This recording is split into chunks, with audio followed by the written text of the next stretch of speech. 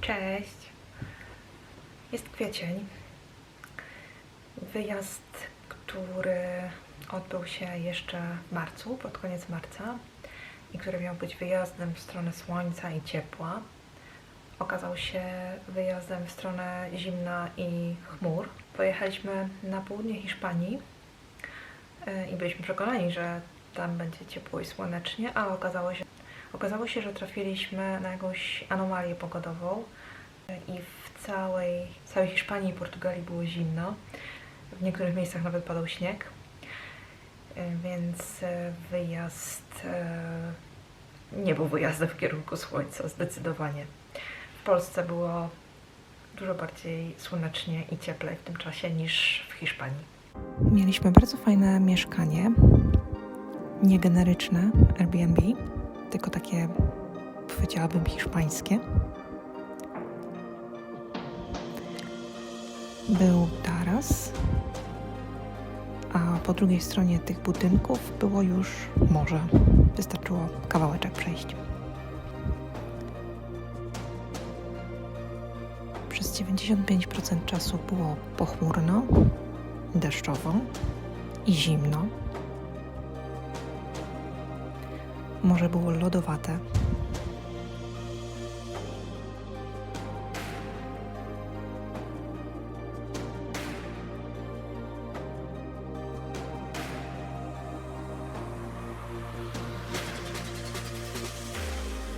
Bardzo podobały mi się rośliny, na przykład drzewo jak kapusta.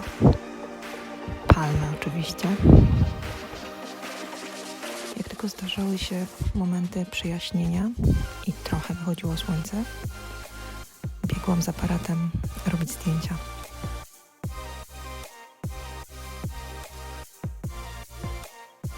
Ale generalnie cały wyjazd będę wspominać tak.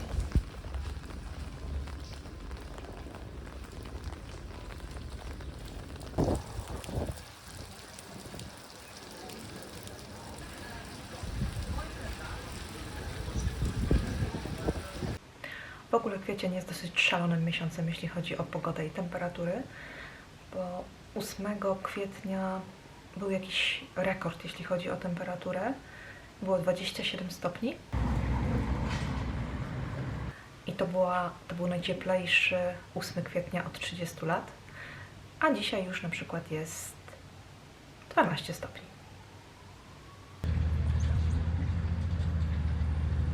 Jakiś czas temu kupiłam płatki kukurydziane i okazało się, że można się zarejestrować do takiego programu Radny Pszczoły. Nawet się zapisałam i przyszły do mnie nasionka kwiatowe, które będę sadzić. Dokupiłam jeszcze doniczki torfowe, no i idziemy sadzić.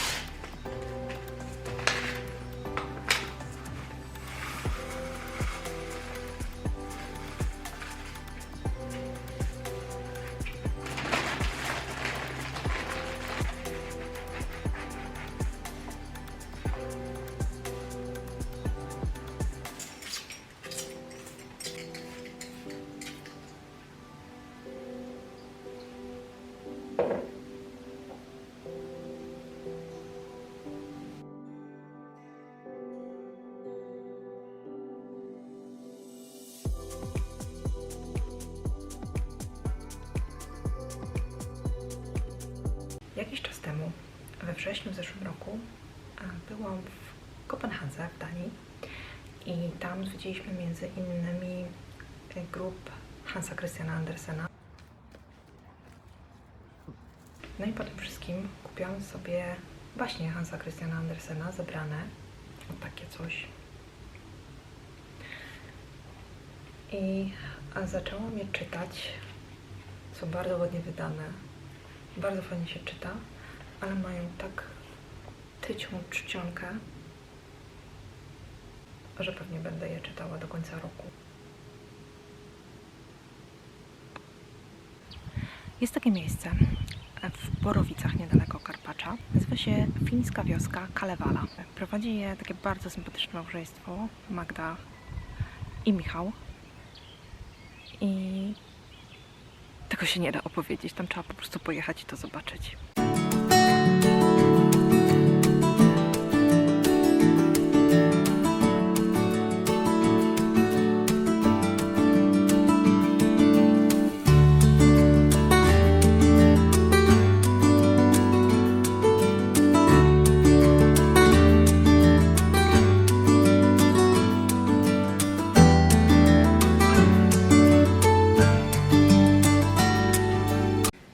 W kwietniu wróciłam też do nauki gry na pianinie. Mówię wróciłam, bo jakiś czas temu, 4 lata temu, niedługo po tym jak zaczęła się pandemia, zapisałam się na lekcję. Chodziłam do pana od nauki gry na pianinie przez jakiś czas, ale zrezygnowałam z tego. Nauczyłam się grać. No grać to może jest za dużo powiedziane, ale powiedzmy, że nauczyłam się grać jednego utworu.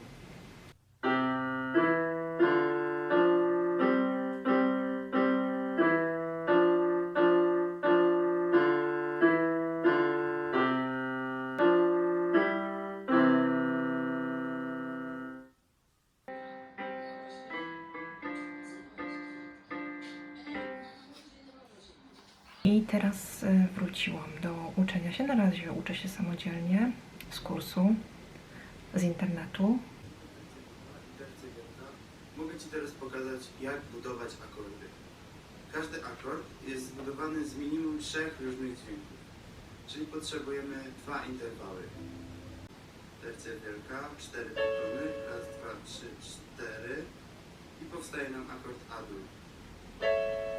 Znowu akord C, tylko że tym razem mowy. Tercja mała najpierw, a potem tercja wielka. Trochę z książki, którą mam właśnie z tych czasów, kiedy uczyłam się u pana od pianina.